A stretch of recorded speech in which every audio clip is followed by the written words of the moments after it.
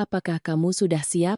Menantu perempuanku berkata bahwa ibunya akan menginap di kamarku hanya untuk beberapa hari. Dia memindahkanku ke kamar tamu seolah aku ini adalah pengunjung di rumahku sendiri. Aku tidak mengatakan apa-apa. Tetapi di minggu yang sama, pemilik baru rumah itu datang, dan orang itu bukanlah dia.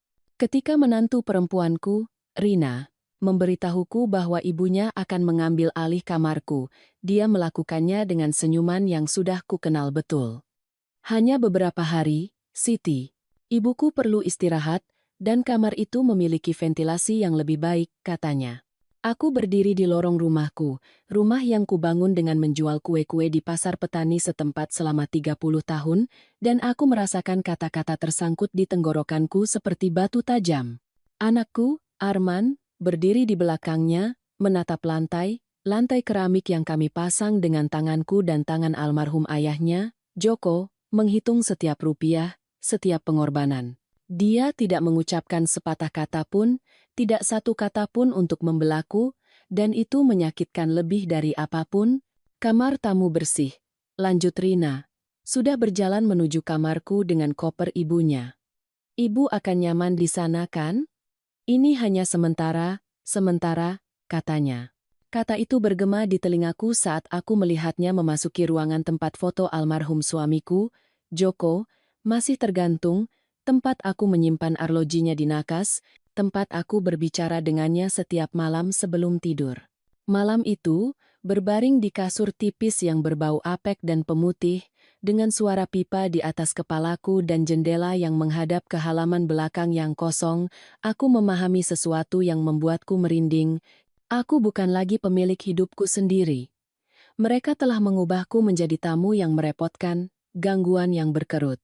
Tetapi yang tidak mereka ketahui, yang tidak seorang pun bayangkan saat aku menatap dinding yang mengelupas dalam kegelapan itu, adalah bahwa sesuatu di dalam diriku baru saja terbangun, sesuatu yang sudah tertidur terlalu lama.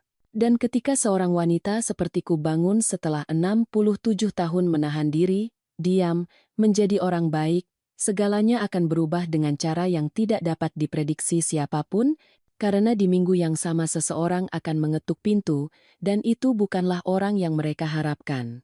Jika kisah ini telah menyentuh sesuatu di dalam dirimu, berlanggananlah ke saluran ini agar kamu dapat terus mengikutiku dalam perjalanan ini, karena yang akan datang adalah sesuatu yang bahkan tidak kuduga.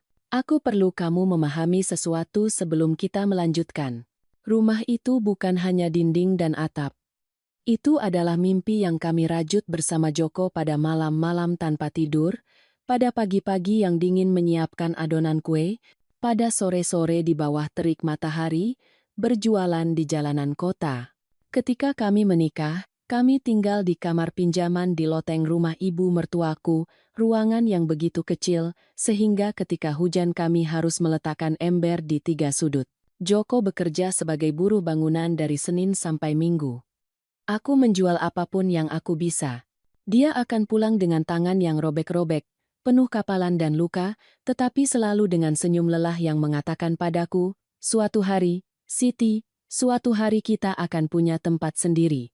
Kami membutuhkan 28 tahun, 28 tahun menabung setiap keping koin terakhir di kaleng kopi tua yang tersembunyi di bawah tempat tidur. Setiap rupiah ekstra diinvestasikan untuk sebidang tanah yang kami temukan di lingkungan kelas pekerja di Jakarta Selatan, sebidang tanah berdebu yang tidak diinginkan siapapun, tetapi bagi kami, itu adalah surga yang dijanjikan. Aku ingat hari ketika kami meletakkan baris bata pertama. Joko berkeringat, aku menyerahkan adukan semen padanya. Arman baru berusia 5 tahun dan sedang bermain dengan potongan bata, membangun rumah kecilnya sendiri. Lihat anakku, kata ayahnya. Ini milikmu. Suatu hari rumah ini akan menjadi milikmu, tetapi pertama-tama, ini akan menjadi tempat perlindungan kita. Ibumu dan aku akan menua di sini bersama. Kami membangunnya sedikit demi sedikit, satu kamar, lalu kamar lain. Kami menyelesaikan kamar mandi 2 tahun kemudian. Ruang tamu adalah kemewahan terakhir yang kami izinkan untuk diri kami sendiri. Aku memilih setiap ubin lantai, berjalan melalui toko perlengkapan rumah, mencari yang paling cantik yang sesuai dengan anggaran Rp800.000 kami sebulan. Ketika kami akhirnya meletakkan ubin atap terakhir, kami menangis, berpelukan di tengah-tengah tempat yang sekarang menjadi ruang tamu kami.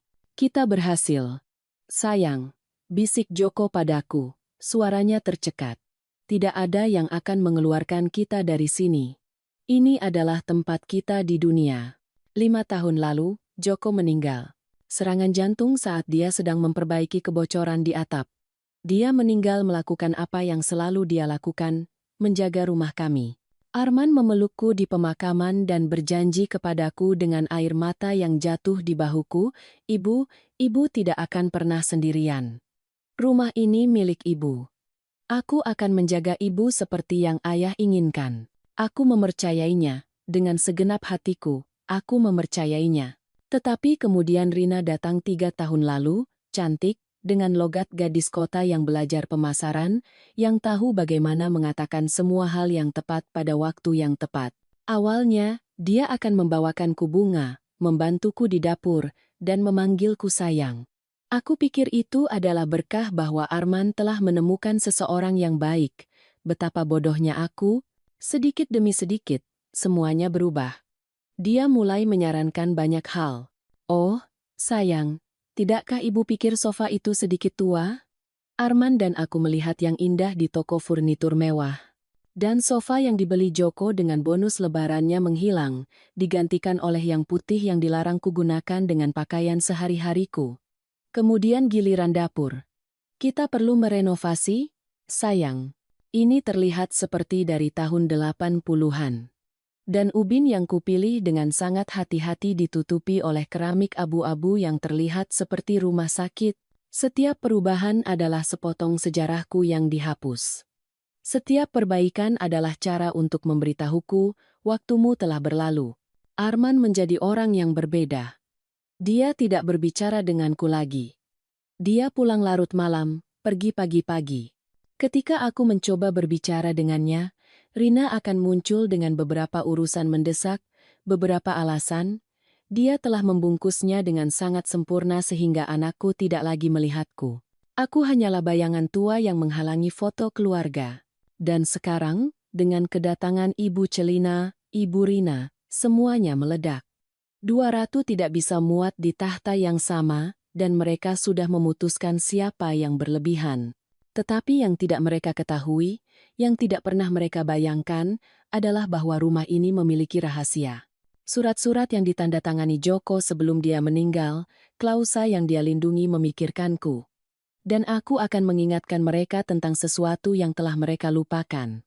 Akar rumah ini disiram dengan keringatku, dan akar tidak dicabut dengan mudah. Ibu Celina tiba pada suatu Selasa sore dengan 4 koper dan sikap seorang pemilik. Dia tidak membawa tas travel. Dia membawa koper-koper besar, yang beroda yang membuat kebisingan menyeret di lantai. Kebisingan yang menandakan, aku datang untuk tinggal. Dia adalah wanita yang tinggi, salah satu dari mereka yang mengenakan kacamata hitam di dalam rumah dan berbicara dengan nada yang selalu terdengar seperti perintah. Dia bahkan tidak menyapa ketika dia masuk. Dia hanya melihat sekeliling dengan ekspresi seseorang yang mengevaluasi apakah sesuatu itu layak atau tidak. Dan dia berkata, "Oh, sayang, kamu benar. Ini butuh banyak perubahan." Rina tersenyum seperti seorang gadis kecil yang baru saja memenangkan hadiah. "Sudah kubilang, Bu, tetapi ibu akan lihat kita akan memperbaikinya sedikit demi sedikit." Memperbaikinya. Ini tidak rusak. Ini adalah rumahku. Arman membawa koper di belakang mereka seperti kuli diam. Dia berjalan tepat melewatiku tanpa melihatku. Aku berdiri di pintu masuk dapur, serbet masih di tanganku, merasa diriku berubah menjadi tidak terlihat. "Siti," Rina memanggilku dengan nada manis dan beracun yang sudah mulai kukenali, "kami perlu ibu mengosongkan kamar utama. Ibuku punya masalah sirkulasi, dan kamar itu punya ventilasi yang lebih baik. Ibu akan nyaman di kamar tamu, kan? Hanya selama dia pulih dari apa?" Dia tidak pernah mengatakan. Ibu Celina terlihat lebih sehat daripada aku. "Bagaimana dengan barang-barangku?" Hanya itu yang bisa kukatakan. Dalam bisikan yang bahkan aku malu. "Jangan khawatir. Aku akan membantu ibu memindahkannya," jawab Rina. Sudah berjalan menuju kamarku. Arman, bantu aku dengan ini. Dalam waktu kurang dari 1 jam, seluruh hidupku ada di dalam 3 kotak kardus yang menumpuk di kamar tamu. Foto Joko, gaun-gaunku, tasbih yang diberikan ibuku sebelum dia meninggal, semuanya bercampur menjadi satu seperti barang bekas di pasar loak. Malam pertama di kamar sempit itu, dengan bau sabun dan kelembapan, aku mendengar tawa datang dari tempat yang dulunya kamar tidurku. Ibu Celina dan Rina berbicara seperti dua ratu yang merencanakan kerajaan mereka. Dan aku di sana, berbaring di kasur yang berderit setiap kali aku bergerak, melihat noda lembab di langit-langit yang terlihat seperti awan abu-abu. Tetapi itu hanyalah permulaan. Keesokan harinya, perintah-perintah dimulai. Siti, bisakah ibu membuat sarapan? Ibuku suka kopinya kental dan telurnya setengah matang. Siti, cuci ini, ibuku menggunakan piring bagus ibu. Siti, jangan berisik, ibuku sedang istirahat. Ibuku, ibuku, ibuku. Seolah aku bukan ibu siapa-siapa. Seolah ini bukan rumahku. Ibu Celina menggunakan barang-barangku tanpa meminta izin. Suatu hari aku melihatnya mengenakan jubah favoritku, yang dengan bunga-bunga biru kecil yang diberikan Joko untuk ulang tahun pernikahan terakhir kami. Oh, aku kedinginan dan itu ada di lemari, katanya ketika dia melihatku menatapnya. Dia bahkan tidak meminta maaf. Rina mendekorasi ulang tanpa berkonsultasi denganku. Suatu hari aku pulang dan mereka telah menurunkan tirai yang kujahit sendiri. Itu terlihat sangat ketinggalan zaman, sayang. Lihat betapa indahnya yang putih ini. Putih, dingin, tanpa jiwa, seperti semua yang disentuhnya. Arman menjadi hantu. Dia pergi pagi-pagi, pulang larut malam. Ketika aku mencoba berbicara dengannya, dia akan mencari alasan apapun untuk pergi. Aku ada pekerjaan, Bu, kita bicara nanti. Tetapi nanti itu tidak pernah datang. Suatu sore, aku berani memintanya untuk berbicara berdua. Aku menemukannya di garasi saat dia masuk ke mobilnya. Nak, aku perlu kamu mendengarkanku. Jangan sekarang, Bu. Dia memotongku tanpa berbalik. Rina dan aku punya makan malam penting. Nanti, oke? Aku berdiri di sana, dengan debu dari knalpot mobilnya menempel di wajahku, melihatnya pergi. Anakku satu-satunya, anak yang kukandung selama 9 bulan, yang kubesarkan sendiri ketika Joko bekerja dari matahari terbit sampai terbenam, yang kuperhatikan melewati setiap demam, yang kupeluk melewati setiap mimpi buruk. Anak itu sekarang bahkan tidak bisa menatap mataku. Minggu-minggu berlalu, dan aku menjadi pelayan di rumahku sendiri. Aku mencuci, memasak, dan membersihkan. Ibu Celina meninggalkan pakaiannya di lantai kamar mandi, agar aku mengambilnya. Rina memintaku untuk menyetrika blusnya karena ibu melakukannya lebih baik, sayang, dan aku menurut. Seperti orang bodoh, aku menurut, sampai malam itu. Malam semuanya pecah. Rina telah mengundang teman-temannya. Tawa palsu memenuhi ruang tamu saat mereka minum anggur dari gelas mewah yang kubeli dengan Joko untuk acara-acara khusus. Aku berada di dapur menyiapkan makanan ringan ketika aku mendengar namaku. Bagaimana dengan ibu mertuamu? Salah satu dari mereka bertanya. Oh, dia ada di kamarnya, jawab Rina dengan nada yang membuatku merinding. Arman dan aku memutuskan untuk memberinya kamar tamu agar dia bisa punya ruang sendiri. Lebih baik begitu. Di usianya, dia butuh sesuatu yang lebih sederhana, kan? Selain itu, ibuku butuh perawatan khusus. Tawa. Mereka semua tertawa. Aku merasakan sesuatu di dalam diriku mengeras. Itu bukan kesedihan. Itu adalah sesuatu yang lebih dingin, lebih tajam. Malam itu, saat mereka masih berpesta di ruang tamuku, minum anggurku, menggunakan barang-barangku, aku membuka laci nakas tua di kamar tamu. Di sana, di bawah beberapa spray yang tidak digunakan siapapun, ada kotak logam tempat Joko menyimpan dokumen-dokumen penting. Aku belum membukanya selama bertahun-tahun. Tetapi malam itu, dengan tangan gemetar karena amarah dan rasa sakit, aku mengangkat tutup yang berkarat itu, dan aku menemukan sesuatu yang akan mengubah segalanya. Sesuatu yang tidak pernah mereka bayangkan ada. Hari-hari menjadi penyiksaan yang sunyi. Setiap pagi aku akan bangun mendengar suara Ibu Celina memindahkan perabotan di kamar tidurku, mengatur banyak hal sesuai keinginannya, menghapus jejak apapun bahwa aku pernah tidur di sana. Aku akan bangun sebelum semua orang untuk membuat sarapan. Kopi kental seperti yang disukai Ibu Celina, kue-kue manis dari toko roti di sudut, buah potong yang kuiris dengan tangan yang tidak pernah berhenti gemetar. Dan ketika mereka turun, tak satu pun dari mereka mengucapkan selamat pagi padaku. Mereka hanya duduk, menungguku melayani mereka. Kopinya dingin, kata Ibu Celina tanpa melihat ke atas dari ponselnya. Aku akan segera memanaskannya, jawabku, menelan penghinaan itu. Rina akan menatapku dengan senyum yang tidak lagi berusaha menyembunyikan rasa jijiknya. Sayang, pastikan ibu mencuci piring dengan baik nanti, oke? Kemarin ada minyak, piring yang sama yang kucuci selama 30 tahun tanpa ada yang mengeluh. Arman akan bergegas turun, menuang kopi ke dalam termos, dan pergi hampir berlari. Dia bahkan tidak makan di rumah lagi. Aku pikir dia tidak tahan melihat apa yang terjadi. Atau mungkin dia tahan, dan itu lebih buruk. Suatu sore, Ibu Celina masuk ke dapur saat aku sedang mengupas kentang.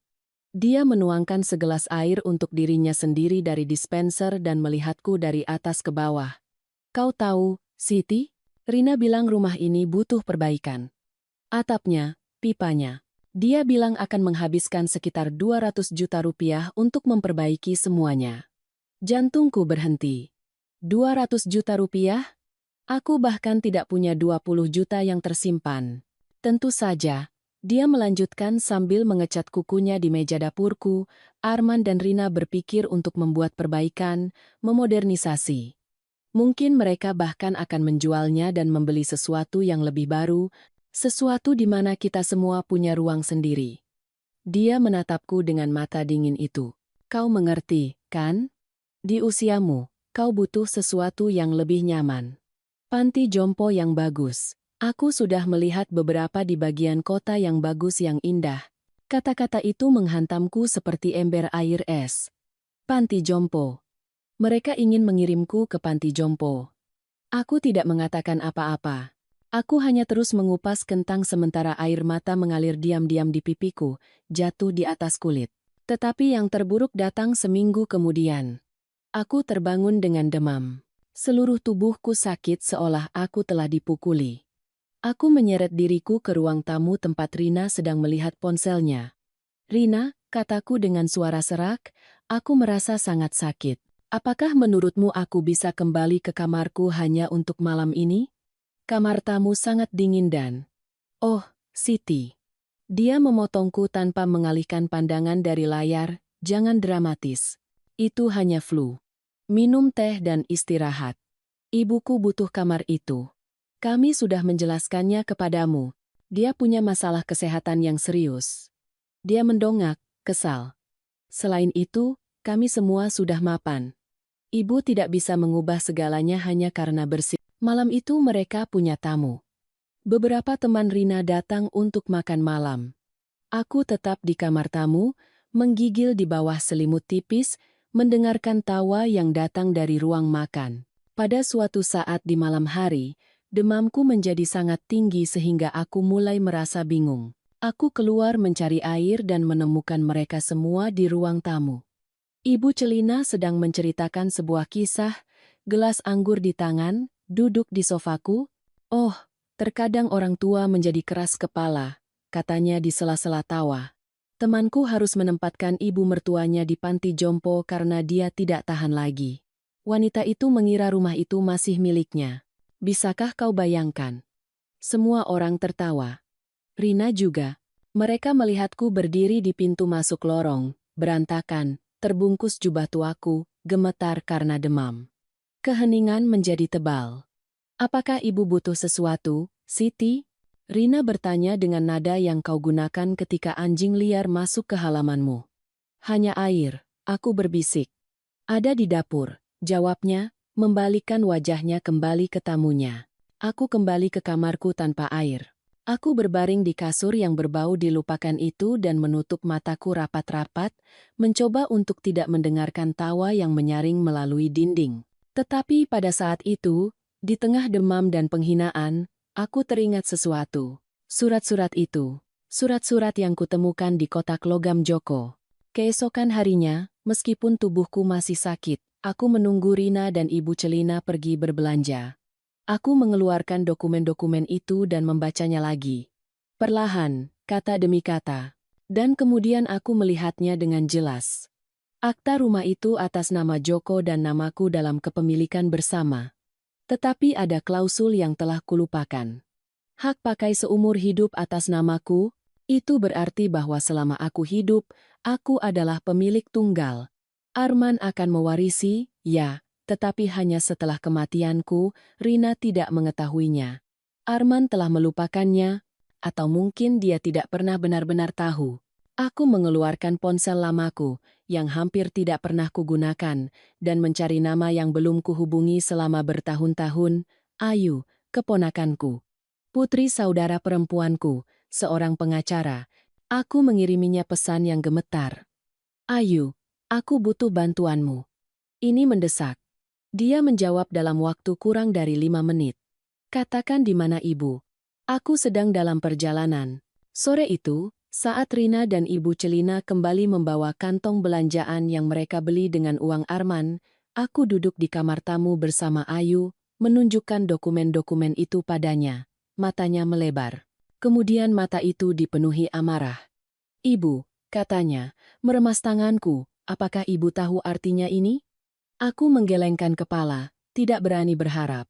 Itu berarti ibu adalah pemilik sah rumah ini, dan tidak ada seorang pun yang bisa mengusir ibu dari sini. Untuk pertama kalinya dalam beberapa bulan, aku merasa seperti bisa bernapas. Apa yang harus kulakukan? Aku bertanya, suaraku tercekat. Ayu menatapku dengan tekad yang kukenal sejak dia masih kecil.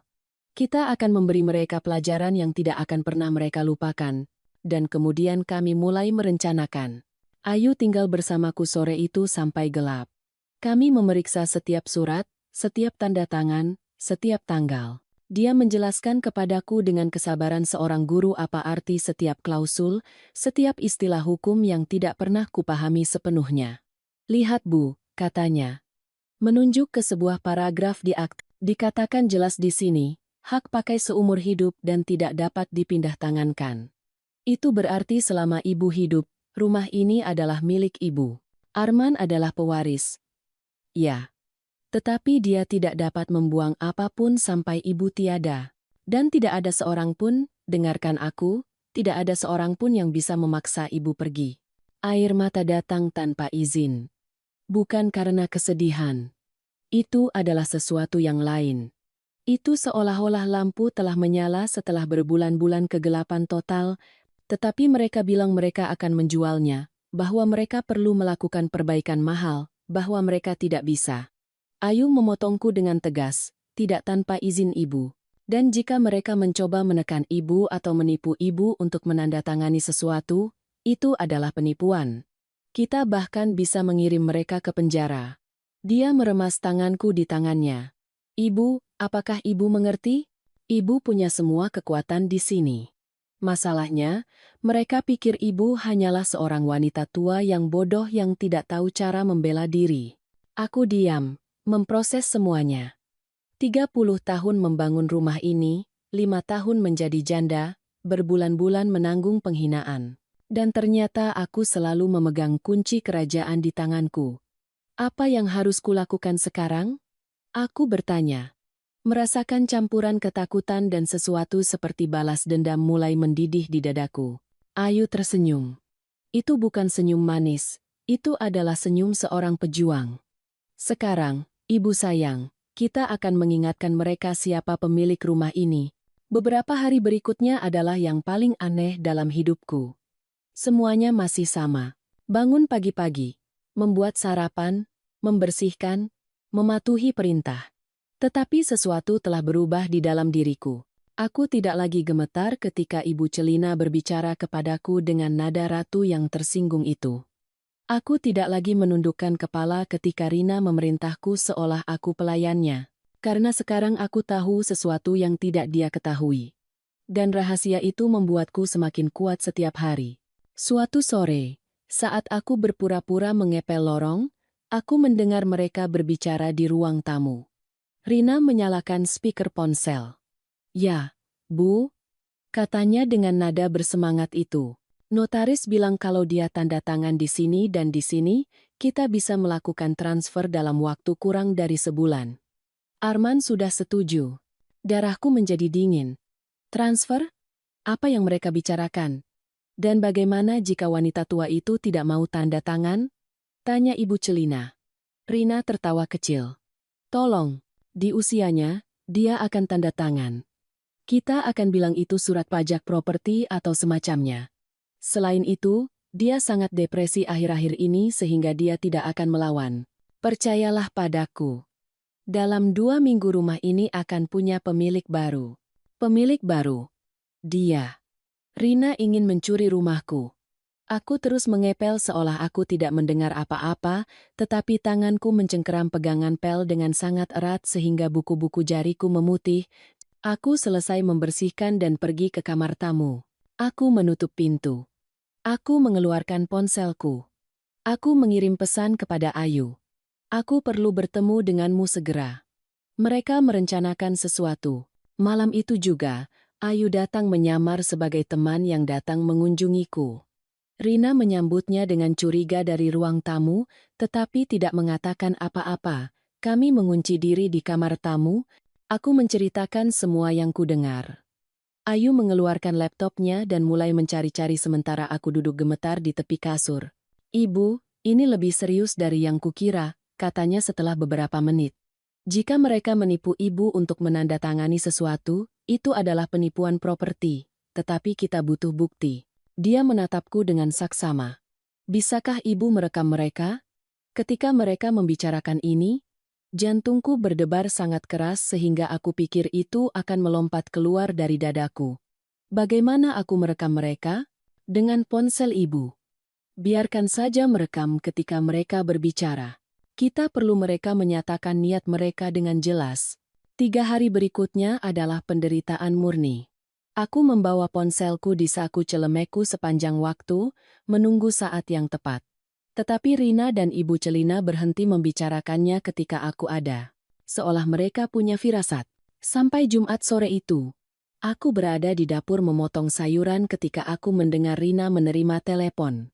"Ah, senang Anda menelepon, Bapak Budi." "Ya, kami sudah menyiapkan semuanya." Dengan tangan gemetar, aku mengeluarkan ponselku, mengaktifkan perekam, dan meninggalkannya di konter dapur, tersembunyi di balik tempat buah. Aku terus memotong perlahan, membuat kebisingan sesedikit mungkin. "Tepat," lanjut Rina, mondar-mandir di sekitar ruang tamu. "Properti ini bernilai 3.200.000.000 rupiah, tetapi kami ingin melakukan transfer kepemilikan sebelum akhir bulan." Wanita tua itu sudah tua. Dia punya masalah ingatan. Tidak ada yang akan mempertanyakan apapun, masalah ingatan. Aku, yang masih ingat setiap rupiah yang kutabung, setiap bata yang kupasang, setiap janji yang mereka buat padaku. "Suamiku adalah pewaris langsung," lanjut Rina, "tetapi kami lebih suka mempercepat prosesnya. Bagaimanapun, di usianya." "Yah, Anda mengerti. Kami butuh surat-surat siap untuk Selasa. Dia akan menandatangani apapun yang mereka taruh di depannya." Ibu Celina, dari sofa, menambahkan dengan suara keras, "Dan setelah ini atas nama Rina, kami akan mengirimnya ke panti jompo segera. Dia tidak bisa terus menghalangi di sini. Aku sudah menemukan satu di kota yang harganya 12 juta rupiah sebulan. Dengan itu, kami akan menyingkirkannya." Aku lumpuh. 12 juta rupiah sebulan. Pensiunku hampir tidak mencapai 4 juta. Percakapan berlanjut selama beberapa menit lagi. Ketika Rina menutup telepon, aku masih memotong sayuran dengan air mata jatuh ke papan potong kayu. Tetapi kali ini mereka bukan air mata kekalahan, mereka adalah air mata kemarahan murni. Malam itu aku mengirim rekaman itu kepada Ayu. Dia menjawab dalam waktu setengah jam. "Ibu, kita mendapatkan mereka dengan ini. Sekarang datang bagian terbaik." "Apa itu?" Aku bertanya padanya. Bagian di mana kita menunjukkan kepada mereka siapa yang benar-benar menjalankan rumah ini. Dan begitulah rencanaku dimulai. Rencana yang akan membalikkan segalanya. Rencana yang akan mengubah pelayan yang terhina menjadi ratu yang selalu aku. Tetapi mereka masih tidak tahu apa-apa. Mereka masih berpikir aku adalah wanita tua konyol yang akan menandatangani surat apapun. Betapa salahnya mereka. Ayu tiba keesokan harinya dengan map penuh dokumen dan penampilan pengacara yang tahu setiap celah hukum yang ada. Kami duduk di kedai kopi 3 blok dari rumahku karena aku tidak lagi merasa aman bahkan berbicara di rumahku sendiri. Ibu, dengarkan aku baik-baik, katanya saat kami memesan 2 kopi yang hampir tidak mampu kubeli. Apa yang mereka rencanakan adalah kejahatan. Penipuan properti, pelanggaran kepercayaan, kemungkinan pemerasan. Dengan rekaman yang ibu miliki, kita bisa mengirim mereka ke penjara. Dia berhenti. Tetapi ada sesuatu yang lebih baik yang bisa kita lakukan. Apa itu? Aku bertanya, merasakan harapan dan ketakutan bercampur di perutku. Kita bisa memberi mereka rasa dari obat mereka sendiri, tetapi aku butuh ibu untuk mempercayaiku dan melakukan persis seperti yang kukatakan. Dia membuka map itu dan menunjukkan beberapa surat. Ingat aku bilang ibu punya hak pakai seumur hidup? Aku mengangguk. Nah, itu berarti lebih dari yang kujelaskan. Itu berarti ibu bisa memutuskan siapa yang tinggal di rumah itu dan siapa yang tidak. Ibu bisa mengusir siapapun yang memanfaatkan ibu. Secara hukum, mereka adalah tamu ibu. Dan tamu bisa pergi kapanpun pemilik memutuskan. Kata-kata itu menimpaku seperti hujan setelah berbulan-bulan kekeringan. Aku bisa mengusir mereka, tidak hanya ibu bisa, ibu harus. Ayu mengeluarkan lebih banyak surat. Aku sudah menyiapkan semuanya di sini. Kita akan memperbarui dokumen ibu di catatan publik, kita akan mengganti kunci, kita akan memberitahu Arman bahwa jika dia tidak menghormati otoritas ibu, dia juga keluar. Karena, ibu, ini bukan lagi hanya tentang mendapatkan kamar ibu kembali. Ini tentang mendapatkan hidup ibu kembali. Aku diam, memproses. Sepanjang hidupku aku adalah wanita yang menahan diri, yang memaafkan, yang membuat dirinya kecil agar tidak mengganggu. Dan sekarang wanita muda ini, keponakanku yang kubantu besarkan ketika saudara perempuanku menjadi janda, memberitahuku bahwa aku punya kekuatan, bahwa aku selalu memilikinya. Bagaimana jika Arman marah? Aku berbisik. Ketakutan terbesarku adalah kehilangan anakku. Ayu meremas tanganku di atas meja. Ibu sudah kehilangannya. Arman yang ibu besarkan tidak akan membiarkan mereka memperlakukan ibu seperti ini. Pria yang ada di rumah itu sekarang bukanlah anak ibu. Dia adalah boneka Rina. Dan jika dia benar-benar mencintai ibu, dia akan bangun ketika dia melihat bahwa ibunya bukanlah seorang pengecut. Matanya dipenuhi air mata. Ibuku selalu bilang bahwa ibu adalah wanita terkuat yang dia kenal. Bahwa ibu membangun rumah itu dengan tangan ibu sendiri. Kemana perginya wanita itu? Air mata mengalir di pipiku. Dia lelah, sayang. Dia lelah berjuang. Nah, sudah waktunya dia beristirahat dengan memperjuangkan apa yang menjadi miliknya, bukan menahan apa yang menjadi milik orang lain. Hari itu aku kembali ke rumah dengan sebuah rencana. Rencana yang membuatku sangat takut sehingga jantungku tidak mau berhenti berdebar di telingaku. Tetapi aku juga merasakan sesuatu yang belum kurasakan selama berbulan-bulan. Kekuatan. Beberapa hari berikutnya aku bertingkah seperti Siti yang sama, penurut, pendiam, patuh. Rina dan Ibu Celina lebih santai dari sebelumnya, percaya mereka sudah memenangkan segalanya. Siti, kata Rina padaku pada Senin pagi, notaris akan datang pada hari Selasa untuk ibu menandatangani beberapa surat. Itu untuk pajak properti, rutin. Ibu hanya perlu menaruh tanda tangan ibu di sini dan di sini. Dia menunjukkan dokumen-dokumen yang bahkan tidak dia biarkan kubaca dengan benar. Jangan khawatir tentang memahami. Aku akan menjelaskan semuanya. Baiklah, sayang. Jawabku dengan suara lembut, menundukkan kepalaku. Di dalam, darahku mendidih. Sore itu juga, saat mereka pergi makan siang dengan beberapa teman, Ayu tiba dengan seorang tukang kunci. Dalam 2 jam, Semua kunci di rumah diganti, kunci lama tidak lagi berfungsi, yang baru ada di sakuku. Bagaimana jika mereka kembali lebih awal? Aku bertanya dengan gugup saat tukang kunci bekerja. Mereka tidak akan, kata Ayu, menunjukkan ponselnya. Aku mengirimi mereka pesan dari nomor pribadi yang mengatakan mereka memenangkan perawatan spa gratis di kota. Mereka akan berada di sana sampai jam 8 malam, aku tidak bisa menahan senyum, keponakanku telah mewarisi kecerdasan ibunya. Kemudian notaris datang, yang asli, Bapak Budi, seorang pria tua dengan kumis putih yang telah mengenal Joko selama 30 tahun. Ibu Siti, katanya setelah meninjau semua surat-surat, apakah ibu yakin tentang ini? Ini adalah keputusan yang kuat. Bapak Budi. Jawabku dengan suara yang tidak kukenali sebagai suaraku sendiri, suara tegas yang datang dari tempat yang dalam. Aku telah dihina di rumahku sendiri selama berbulan-bulan, mereka mengambil kamarku, mereka memperlakukanku seperti pelayan, dan sekarang mereka ingin mencuri tabungan hidupku. Ya, aku yakin. Dia mengangguk. Kalau begitu mari kita lanjutkan. Aku menandatangani dokumen. Banyak dokumen. Akta yang diperbarui, konfirmasi tempat tinggal, deklarasi sumpah. Ayu menjelaskan setiap satu saat aku tanda tangan dengan tangan yang gemetar tetapi bertekad. Selesai, kata notaris pada akhirnya. Ini didaftarkan hari ini.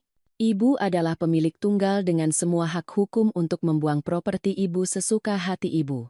Ketika mereka pergi, aku ditinggal sendirian di ruang tamu, di ruang tamuku. Aku melihat sekeliling. Perabotan yang diubah Rina tanpa izin. Dinding yang dia cat abu-abu dingin itu.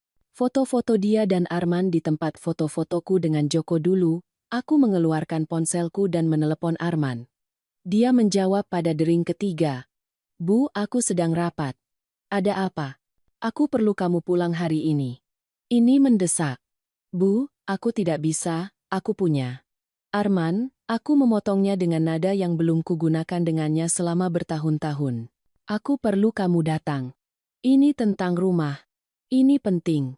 Ada keheningan. Apa sesuatu terjadi? Ya, nak, sesuatu terjadi. Dan aku perlu bicara denganmu sebelum istrimu dan ibu mertuamu kembali. Jeda lagi. Aku sedang dalam perjalanan. Aku menutup telepon. Tanganku gemetar, tetapi keputusanku teguh. Seperti semen yang pernah kucampur untuk membangun dinding ini. Arman tiba 1 jam kemudian. Dia mencoba menggunakan kuncinya, tetapi kunci tidak mau berputar. Dia membunyikan bel pintu, bingung. Aku membuka pintu, dia menatapku, bingung. Apakah ibu mengganti kunci? Ya, jawabku. Aku menggantinya. Kebingungannya berubah menjadi kekhawatiran. Bu, apa yang terjadi? Masuk nak. Kita perlu bicara. Aku mendudukkannya di ruang tamu. Aku menuangkan segelas air untuk. Aku duduk di seberangnya dan menatap matanya lurus, mencari anak laki-laki yang pernah memelukku ketika dia takut. Arman, apakah kamu mengakui aku sebagai ibumu, atau aku hanya gangguan yang perlu disembunyikan di kamar tamu? Dia bergeser tidak nyaman di kursinya. Bu, jangan mulai dengan. Jawab aku. Keheningan membentang di antara kami seperti jurang. Tentu saja ibu-ibuku, katanya akhirnya, tanpa keyakinan. Lalu mengapa kamu membiarkan mereka memperlakukanku seperti pelayan di rumahku sendiri? Dia menundukkan kepala. Dia tidak punya jawaban, atau dia punya, tetapi dia tidak berani mengatakannya. Aku menunjukkan dokumen-dokumen itu padanya. Aku menunjukkan rekaman Rina berbicara dengan notaris palsu. Aku menunjukkan surat-surat yang membuktikan rumah ini milikku, bukan miliknya, bukan milik Rina. Milikku. Aku melihat saat wajahnya berubah dari kebingungan, menjadi kejutan, menjadi kengerian. Bu, aku tidak tahu kalau Rina. Kamu tidak tahu, aku memotongnya. Dan kali ini suaraku tidak gemetar. Kamu tidak tahu bahwa dia mengirimku ke kamar tamu? Kamu tidak tahu bahwa ibunya menggunakan barang-barangku seolah itu miliknya? Kamu tidak tahu bahwa mereka berbicara denganku seolah aku pembantu. Aku pikir itu sementara. Sudah 3 bulan. Arman, 3 bulan di mana kamu belum menatap mataku. 3 bulan di mana kamu memilih dia daripada aku. Air mata mengalir di wajahnya, tetapi aku tidak punya air mata lagi untuk diberikan. Besok, kataku padanya dengan ketenangan sedingin es, istrimu dan ibu mertuamu akan menemukan kejutan, dan kamu harus memilih. Entah kamu di sisiku atau kamu di sisi mereka, tetapi kamu tidak bisa lagi berada di keduanya. Bu, tolong. Aku sudah membuat keputusanku, nak. Sekarang giliranmu untuk membuat keputusanmu.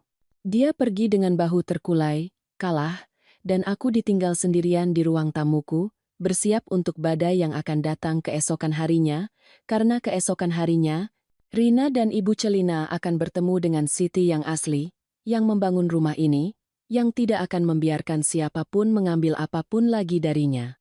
Aku tidak tidur malam itu. Aku tetap duduk di kamar tamu, mendengarkan setiap suara di rumah, jam ruang tamu yang berdetak menghitung jam, dengungan kulkas, jangkrik di taman yang ditanam Joko dengan begitu banyak perhatian. Setiap suara adalah kenangan, sepotong hidupku yang telah menjadi medan perang. Pukul 6 pagi, aku bangun.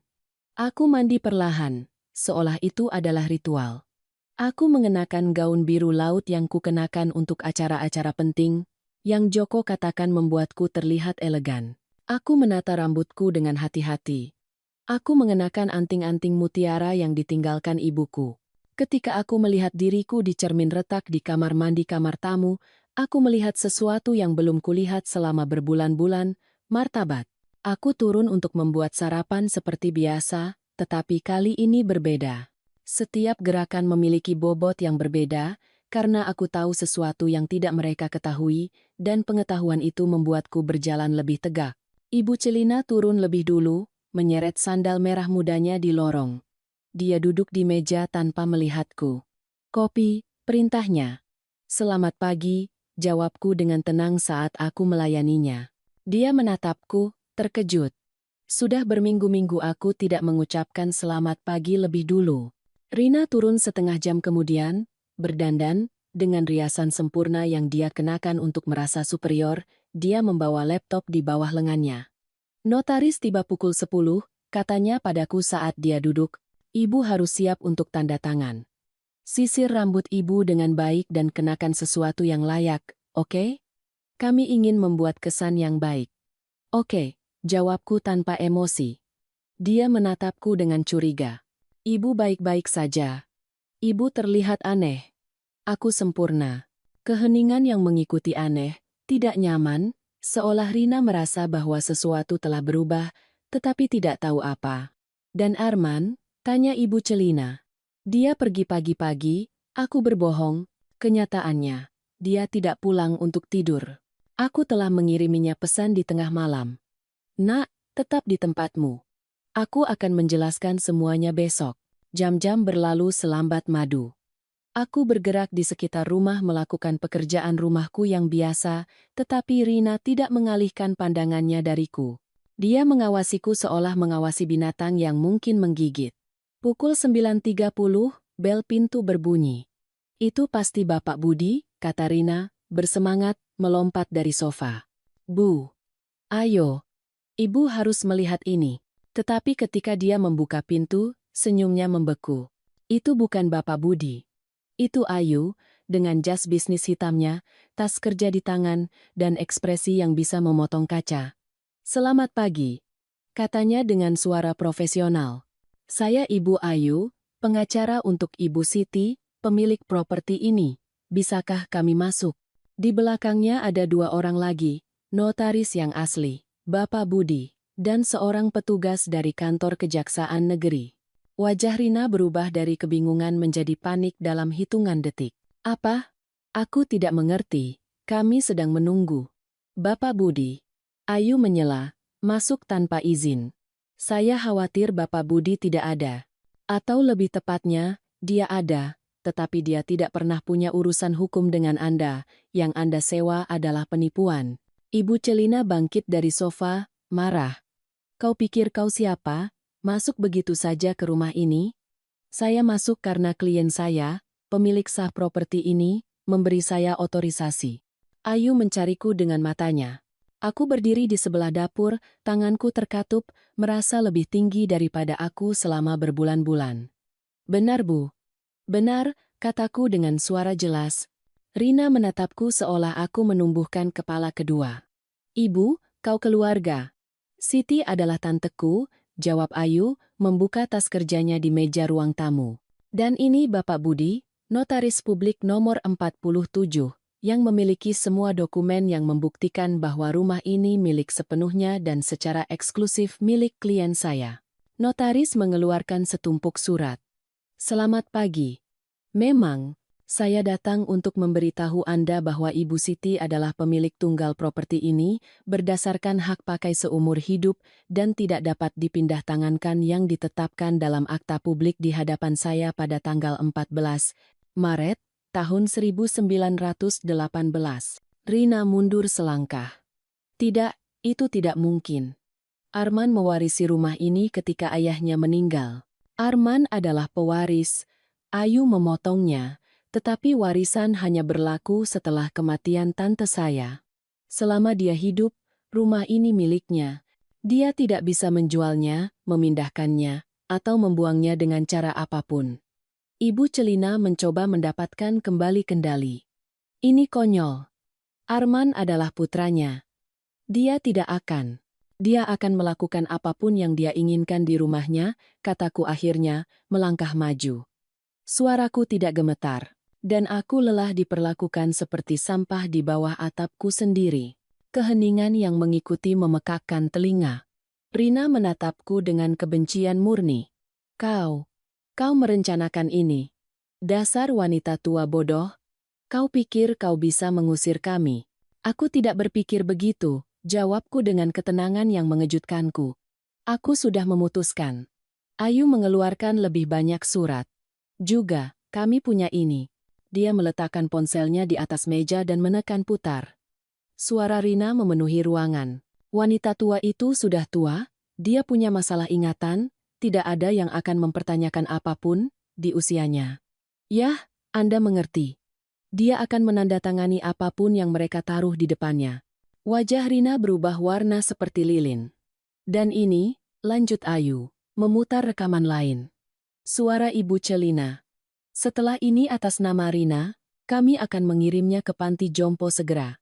Aku sudah menemukan satu di kota yang harganya 12 juta rupiah sebulan. Ibu Celina membuka mulutnya, tetapi tidak ada suara yang keluar.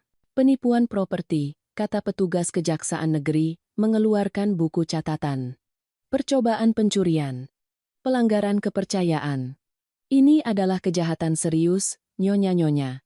Anda bisa menghadapi hukuman hingga 8 tahun penjara. Rina jatuh kembali ke sofa, pucat. Tidak, bukan kami. Itu adalah kesalahpahaman. Itu bukan kesalahpahaman, kataku, mendekatinya, menatapnya untuk pertama kalinya dalam beberapa bulan. Itu adalah rencana untuk mencuri apa yang kubutuhkan 30 tahun untuk membangunnya. Untuk mengunciku di panti jompo dan melupakanku. Untuk menghapusku. Air mata mulai mengalir di pipinya yang di-make up dengan sempurna. Tetapi aku tidak lagi merasa kasihan padanya. Anda punya dua pilihan, lanjut Ayu. Satu, tante saya mengajukan tuntutan dan Anda menghadapi pengadilan pidana yang bisa mengirim Anda ke penjara. Dua, Anda meninggalkan rumah ini hari ini dengan damai dan disinilah semuanya berakhir. Hari ini, teriak Ibu Celina. Kemana kami akan pergi? Itu. Jawabku dengan dingin, bukan masalahku. Kalian sangat jelas tentang kemana kalian akan mengirimku. Rina menatapku dengan mata yang pernah berpura-pura penuh kasih sayang. Arman tidak akan mengizinkan ini. Aku istrinya. Arman, aku menyela, sudah tahu segalanya.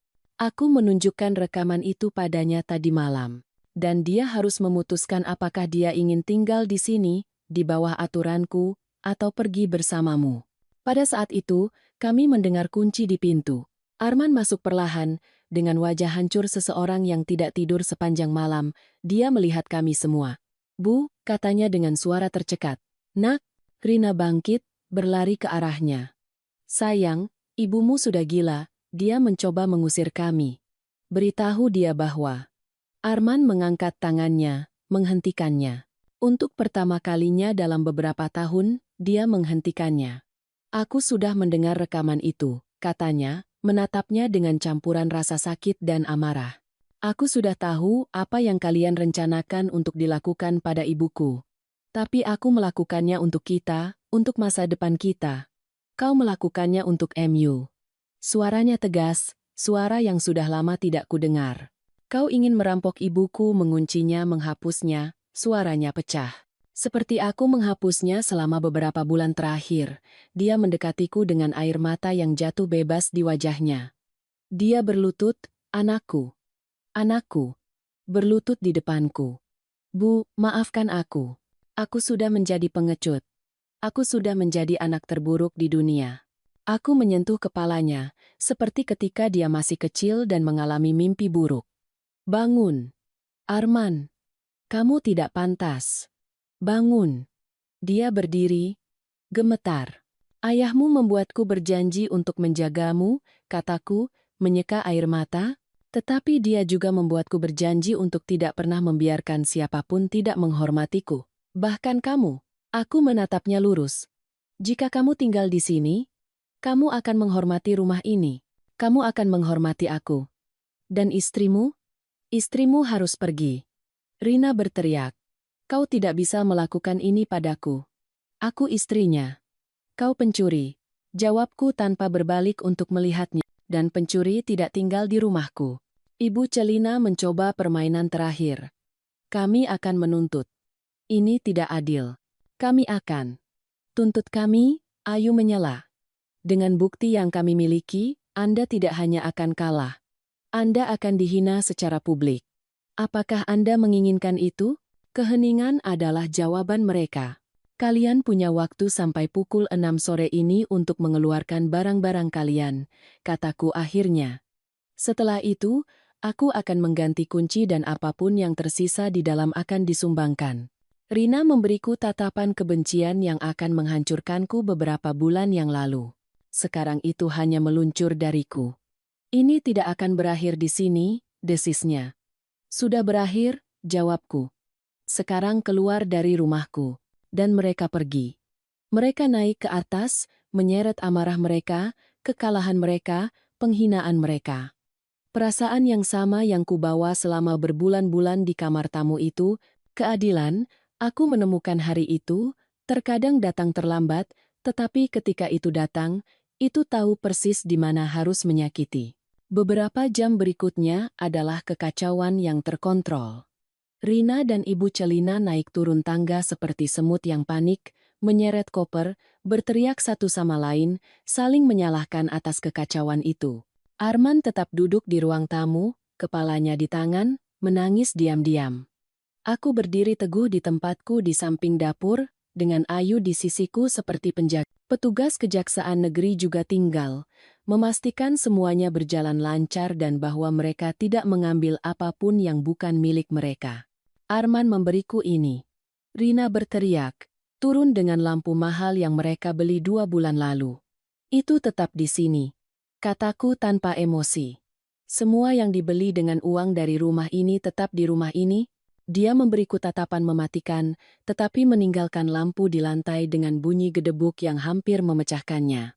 Ibu Celina turun membawa koper penuh pakaian. Ketika dia lewat di sampingku, dia berhenti. Kau wanita yang tidak tahu berterima kasih, dia meludahkan kata-kata itu padaku. Rina hanya ingin membantumu, memberimu tempat yang lebih nyaman, dan begini caramu membalasnya. Aku menatap matanya lurus. Nyonya, Anda tidur di ranjang saya selama 3 bulan. Anda menggunakan barang-barang saya, Anda memperlakukan saya seperti pelayan di rumah saya sendiri, dan sekarang Anda menyebut saya tidak tahu berterima kasih. Aku melangkah lebih dekat, pergi sebelum aku berubah pikiran dan mengajukan tuntutan. Dia mengatupkan rahangnya dan berjalan keluar, menyeret koper rodanya yang terdengar seperti tangisan binatang yang terluka. Rina melakukan beberapa perjalanan. Di setiap perjalanan, wajahnya menunjukkan lebih banyak kemarahan.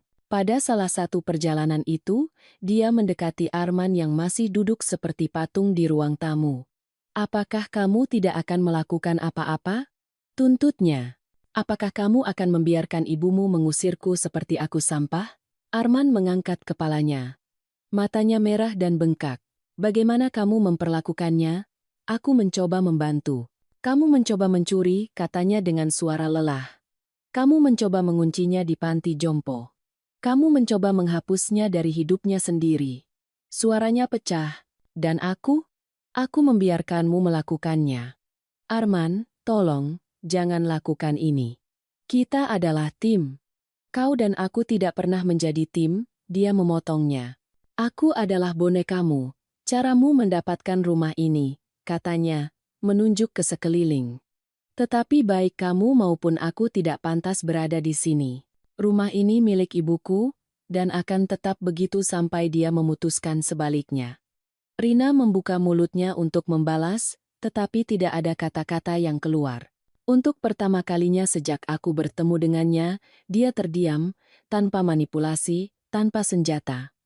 Dia pergi untuk menyelesaikan pengepakan dalam keheningan. Saat itu pukul 5.30 sore ketika mereka turun untuk terakhir kalinya. Rina membawa 4 koper besar, Ibu Celina punya 3 lagi. Mereka terlihat konyol. 2 wanita syarat barang bawaan di pintu rumah yang tidak pernah menjadi milik mereka. Kemana kalian akan pergi? Tanya Arman dengan kekhawatiran yang tulus. Ke hotel, jawab Rina dengan kering. Sampai kami menemukan apartemen. Dia menatapnya dengan air mata amarah. Apakah kamu ikut dengan kami, atau kamu tinggal dengannya? Keheningan menebal seperti terpanas. Arman menatapku. Aku tidak mengatakan apa-apa, aku tidak akan memutuskan untuknya. Itu adalah pilihannya. Saatnya untuk menjadi pria yang ayahnya coba besarkan. Aku akan tinggal, katanya akhirnya. Tetapi tidak di sini, aku akan menyewa tempat. Aku perlu berpikir, aku perlu memperbaiki ini. Dia menatapku dengan mata memohon. Bu, bisakah aku datang mengunjungi ibu? Air mata yang kutahan sepanjang sore akhirnya lolos. Selalu, nak, selalu, Rina tertawa pahit. Oh, sungguh manis, keluarga bahagia. Aku harap kamu menikmati tinggal sendirian di rumah tua ini, Siti. Aku harap itu sepadan dengan kehilangan menantu dan cucumu. Kata-kata itu membekukanku. Cucu. Dia tersenyum jahat. Ya. Aku hamil 2 bulan. Aku akan memberitahumu setelah kamu menandatangani surat-surat itu sebagai hadiah. Tetapi sekarang cucumu akan tumbuh tanpa mengenalimu. Tanpa mengetahui dia punya nenek yang lebih memilih rumah kosong daripada keluarganya. Pukulan itu brutal. Seorang cucuku, anak-anakku, Arman terlihat sama terkejutnya denganku. Hamil? Kenapa kamu tidak memberitahuku? Karena itu adalah kartu trufku, jawab Rina. Tetapi itu tidak masalah lagi. Ayo pergi, Bu. Mereka berjalan menuju pintu. Ibu Celina keluar lebih dulu. Rina berhenti di ambang pintu dan memberiku tatapan terakhir. Apakah kamu akan menyesali ini? Tidak, jawabku dengan ketenangan yang tidak ku ketahui ku miliki. Aku menyesal membiarkanmu memperlakukanku seperti yang kamu lakukan. Tetapi ini, mendapatkan martabatku kembali, tidak pernah. Dia pergi, membanting pintu begitu keras hingga membuat dinding bergetar. Keheningan yang mengikuti aneh. Itu bukan kedamaian. Itu adalah keheningan setelah ledakan. Ketika asap masih belum hilang, dan kamu tidak tahu apa yang tersisa berdiri. Ayu adalah yang pertama berbicara. Ibu. Ibu luar biasa. Arman perlahan mendekat. Bu, tentang bayinya. Aku tidak tahu. Aku tahu, nak. Aku akan bicara dengannya. Aku akan memastikan cucuku mengenalmu. Aku janji. Jangan membuat janji yang kamu tidak tahu apakah kamu bisa menepatinya, kataku padanya, menyentuh pipinya. Hanya, jadilah ayah yang baik. Lebih baik daripada kamu menjadi anak beberapa bulan terakhir ini. Dia mengangguk. Dia pamit dengan pelukan panjang yang menghancurkan dan membangunku kembali pada saat yang sama, dan dia pergi. Ayu, notaris, dan petugas tinggal sedikit lebih lama, memastikan semuanya beres, bahwa dokumen-dokumen ditandatangani, bahwa kunci baru berfungsi. Ketika mereka akhirnya pergi, itu hampir pukul 8 malam. Dan untuk pertama kalinya dalam 3 bulan, aku sendirian di rumahku. Sepenuhnya sendirian, aku berjalan perlahan melalui setiap ruangan. Ruang tamu, tanpa kekacauan Ibu Celina. Dapur, tanpa perintah Rina. Lorong, tanpa bisikan mereka. Aku menaiki tangga dengan kaki gemetar. Aku membuka pintu ke kamarku. Semuanya berantakan. Tempat tidur tidak dibuat. Pakaian Ibu Celina terlempar di lantai.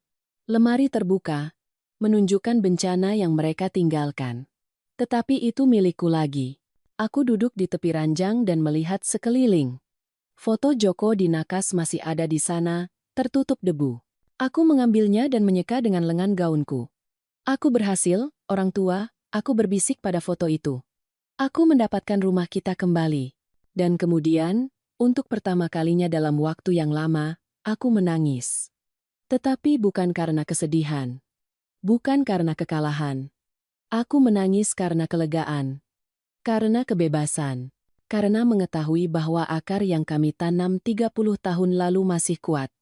Bahwa tidak ada yang mencabutku. Bahwa aku masih berdiri. Malam itu aku tidur di ranjangku. Di kamarku. Dengan foto Joko di nakas. Dengan selimutku yang berbau waktu dan kenangan, dan untuk pertama kalinya dalam beberapa bulan, aku tidur dengan damai. Karena pemilik sejati rumah itu telah kembali. Dan pemilik itu adalah aku. Beberapa hari berikutnya terasa aneh. Rumah itu terasa terlalu besar, terlalu sepi.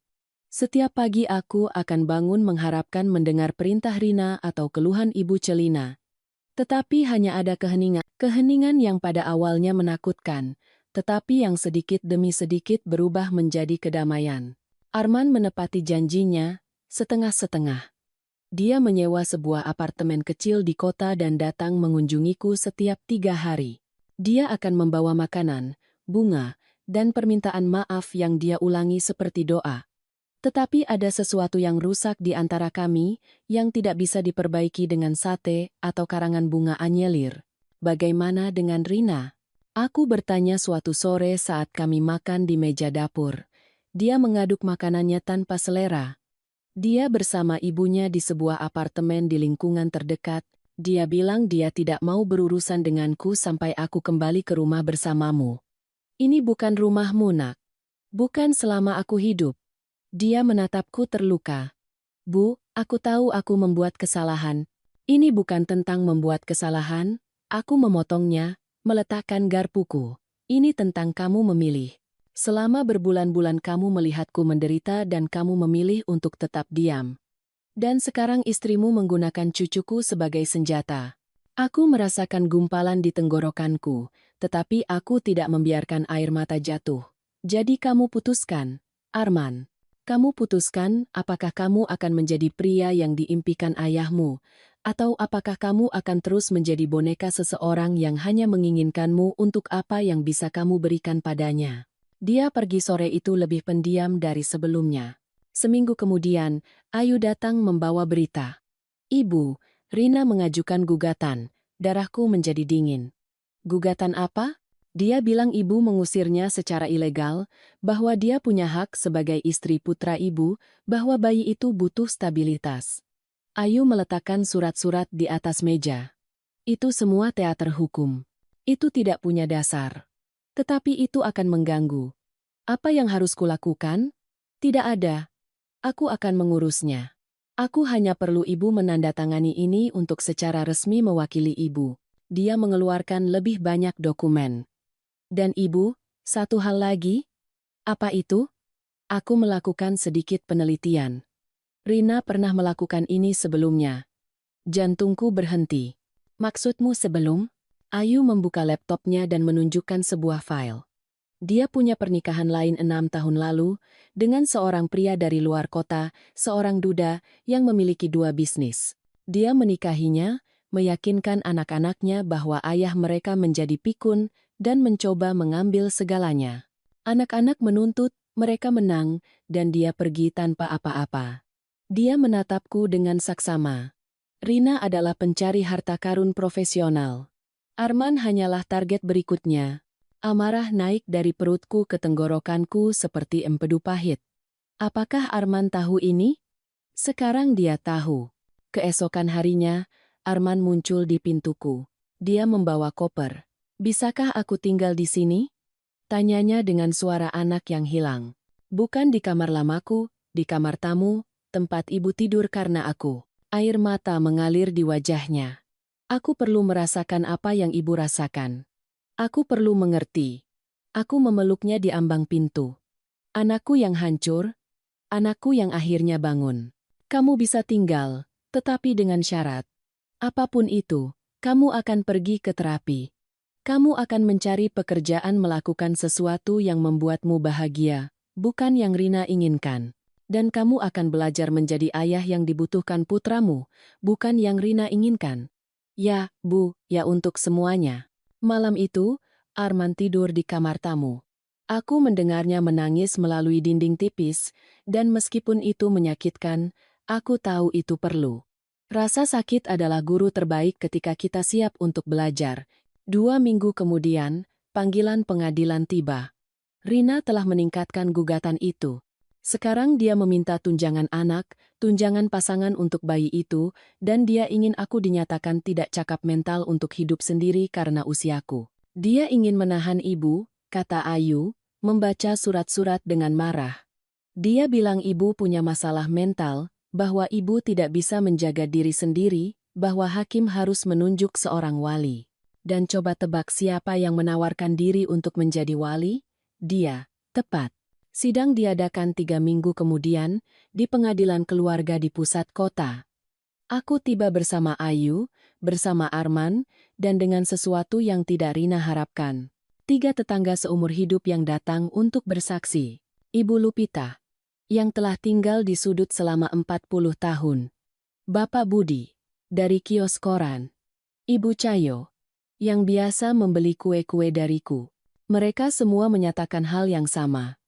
Bahwa aku sepenuhnya waras, bahwa aku menjaga rumahku lebih baik daripada banyak orang muda, bahwa Rina adalah yang datang seperti penjajah. Ketika giliran Rina, dia datang mengenakan pakaian hitam, dengan kacamata hitam, menyentuh perutnya setiap 2 menit seolah mengingatkan semua orang bahwa dia hamil. Yang mulia, katanya dengan suara gemetar, saya hanya ingin yang terbaik untuk keluarga saya. Ibu mertua saya adalah wanita tua yang butuh perawatan, rumah itu dalam keadaan rusak. Suami saya dan saya hanya ingin membantu. Membantu dengan menguncinya di kamar tamu? Tanya hakim melihat file. Rina tergagap. Itu sementara. Membantu dengan mencoba mencuri propertinya dengan dokumen palsu? Hakim bersikeras. Itu adalah kesalahpahaman. Membantu dengan merencanakan menempatkannya di panti jompo di luar keinginannya? Keheningan.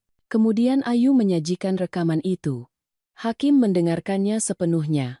Wajahnya berubah dari netral menjadi marah saat suara Rina memenuhi ruangan. Dia akan menandatangani apapun yang mereka taruh di depannya.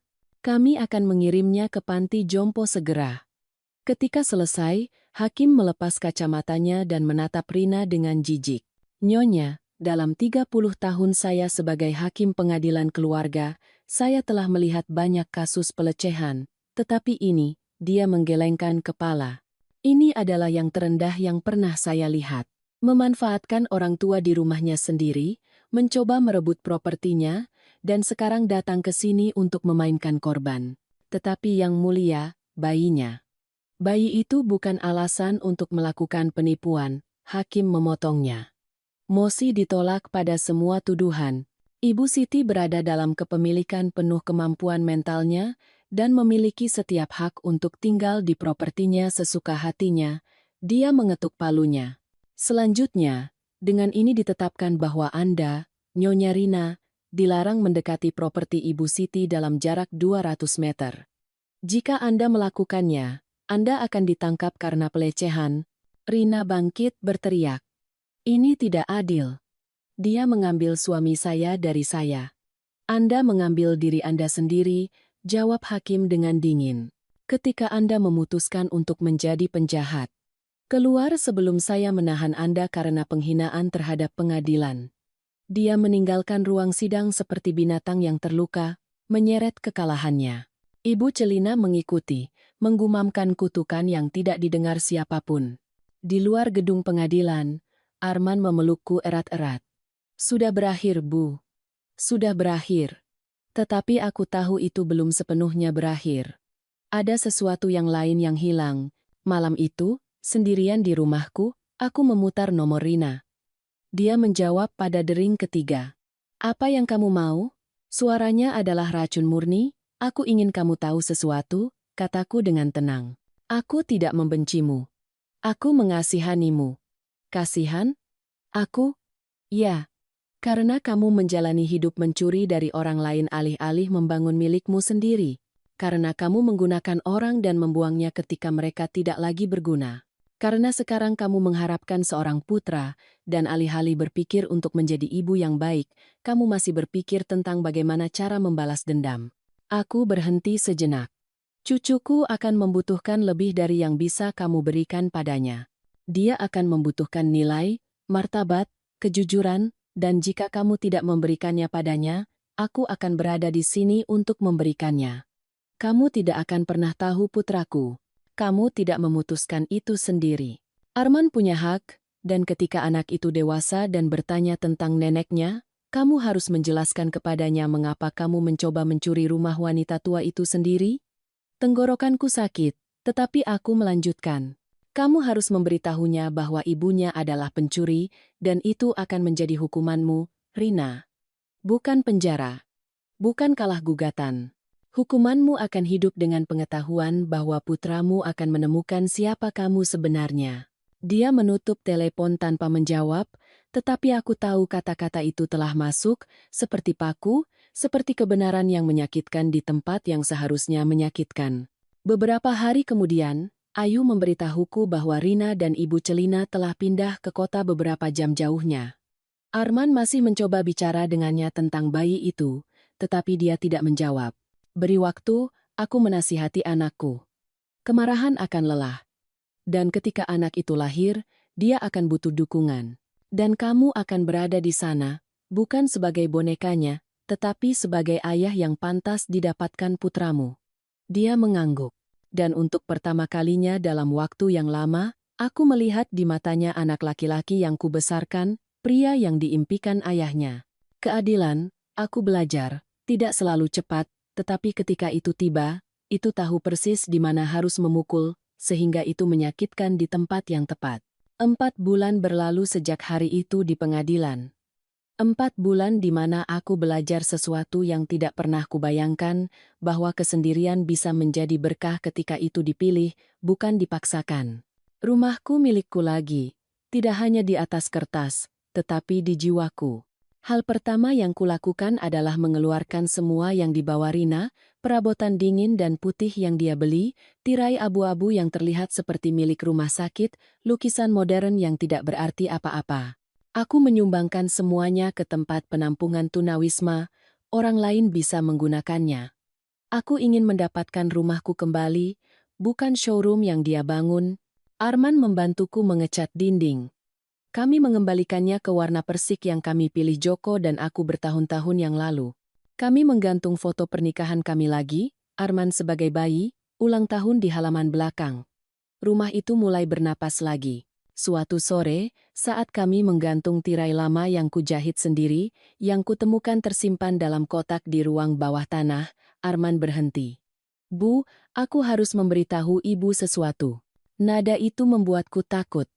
Apa yang terjadi? Rina melahirkan bayi 2 minggu lalu. Napasku tercekat. Dan mengapa kamu tidak memberitahuku? Karena dia tidak mengizinkanku berada di sana untuk kelahiran. Aku mengetahuinya kemudian. Suaranya tercekat. Itu laki-laki. Namanya Joko, seperti ayahku. Air mata datang tanpa izin. Cucuku punya nama suamiku. Apakah kamu sudah melihatnya? Sekali. Dia mengizinkanku pergi ke rumah sakit hanya selama 10 menit. Dia bilang jika aku ingin mengenalnya lebih baik, aku harus kembali bersamanya. Dia menatapku dengan mata memohon. Tapi Bu, aku tidak bisa. Aku tidak bisa kembali kepada seseorang yang menyakiti ibu begitu banyak, yang mencoba mencuri dari ibu, yang Arman. Aku memotongnya, memegang tangannya. Anak itu adalah putramu, dan dia cucuku. Tidak peduli apa yang telah Rina lakukan. Bayi itu tidak bersalah atas apapun. Jadi apa yang harus kulakukan? Berjuang untuknya, bukan untuk Rina. Untuknya. Pergi untuk hak asuh bersama. Perjuangkan hakmu sebagai ayah. Dan ketika kamu memegang anak itu di tanganmu, bawa dia ke sini. Untuk bertemu neneknya. Untuk melihat rumah yang dibangun kakek buyutnya. Aku menyeka air mata. Anak itu akan tumbuh dengan mengetahui dari mana dia berasal. Mengetahui bahwa keluarganya tidak menyerah. Mengetahui bahwa martabat tidak dapat dinegosiasikan. Arman mengangguk, memelukku erat-erat. 2 bulan kemudian, berkat Ayu yang mengambil kasus hukum itu, Arman memperoleh hak asuh bersama. Setiap akhir pekan, anakku akan membawa cucuku pulang. Pertama kali aku memeluknya, aku menatap mata hitam itu yang identik dengan mata Joko dan merasa bahwa lingkaran itu telah tertutup. Bahwa semua rasa sakit itu sepadan untuk saat ini. Lihat, Joko kecil, aku berbisik padanya saat aku mengayunnya di ruang tamu. Rumah ini dibangun oleh kakek buyutmu dengan tangannya sendiri. Bata demi bata. Pengorbanan demi pengorbanan. Dan suatu hari, ketika kamu lebih besar, aku akan menceritakan kepadamu kisah tentang bagaimana nenekmu harus berjuang agar tidak ada yang bisa mengambilnya dari kita. Arman mengawasiku dari pintu dapur, dengan senyum sedih seseorang yang belajar memaafkan dirinya sendiri. Rina tidak pernah kembali. Aku tahu dari Ayu bahwa dia telah bertemu pria lain, seorang pengusaha dari luar kota, dan sudah melakukan hal yang sama, menetap, menyarankan perubahan, mengambil kendali. Beberapa orang tidak pernah belajar, atau mereka belajar tetapi memilih untuk tidak berubah. Arman terus tinggal di apartemennya di kota, tetapi dia datang untuk makan di rumahku setiap hari Rabu dan Minggu. Dia bukan lagi putra sempurna yang kumiliki sebelum Rina. Dia adalah sesuatu yang lebih baik, putra yang nyata, dengan bekas luka, dengan rasa bersalah, tetapi juga dengan kerendahan hati untuk mengakuinya. Bu, katanya padaku suatu minggu saat kami mencuci piring bersama, terima kasih karena tidak menyerah, karena berjuang. Jika ibu tidak melakukannya, aku masih akan menjadi pengecut. Kamu bukan pengecut, nak, kamu adalah manusia. Manusia membuat kesalahan, tetapi kamu tidak membuat kesalahan. Aku menatap matanya. Tentu saja, aku membuat kesalahan. Aku membuat kesalahan dengan mengizinkan mereka memperlakukanku seperti itu begitu lama, dengan percaya bahwa menahan diri adalah cinta, dengan berpikir bahwa membuat diriku kecil akan membuat orang lain bahagia. Aku mengeringkan piring perlahan. Tetapi aku belajar sesuatu, Arman.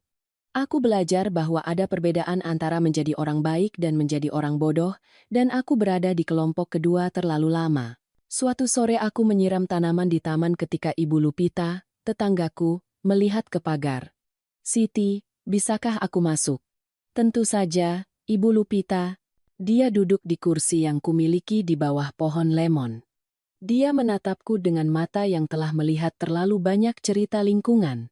Siti, semua orang di lingkungan tahu apa yang terjadi, dan aku ingin kamu tahu bahwa semua wanita bangga padamu. Bangga? Ya sayang, karena kamu melakukan apa yang banyak orang tidak berani, kamu menetapkan batasan. Kamu tidak membiarkan mereka. Dan itu, di usia kita, ketika kita telah diajari sepanjang hidup kita untuk menahan diri dan diam, dia menggelengkan kepala.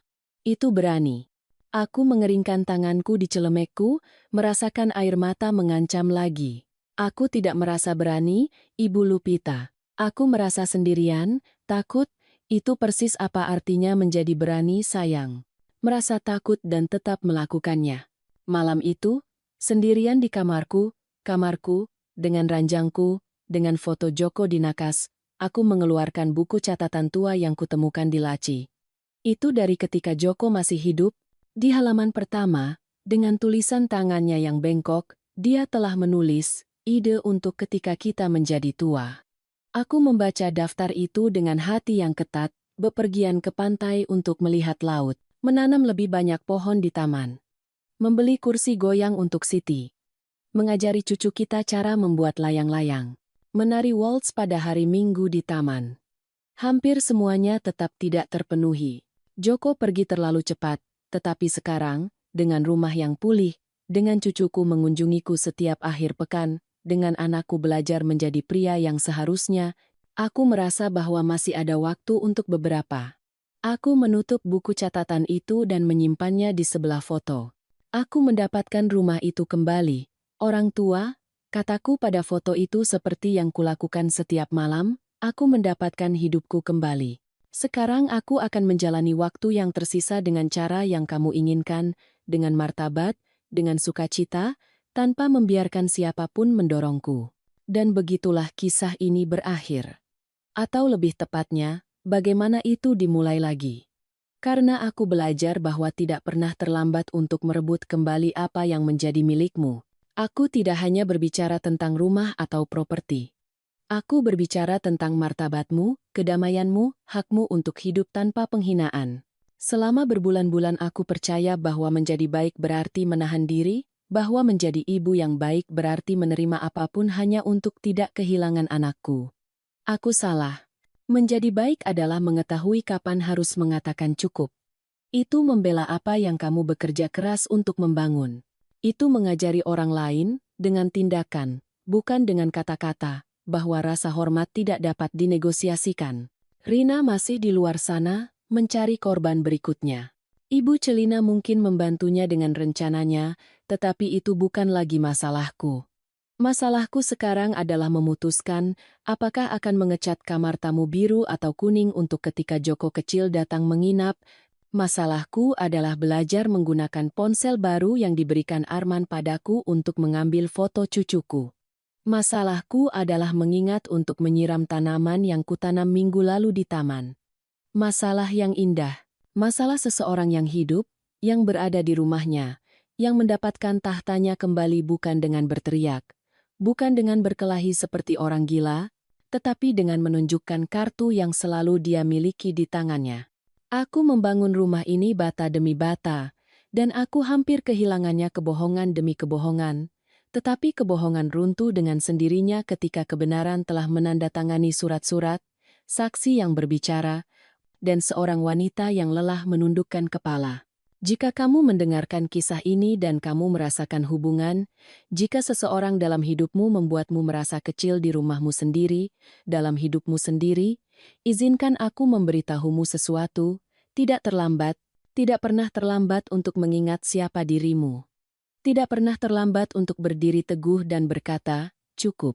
Tidak pernah terlambat untuk merebut kembali apa yang menjadi milikmu, karena kekayaan sejati tidak dalam apa yang kamu miliki, itu dalam apa yang tidak kamu biarkan diambil darimu.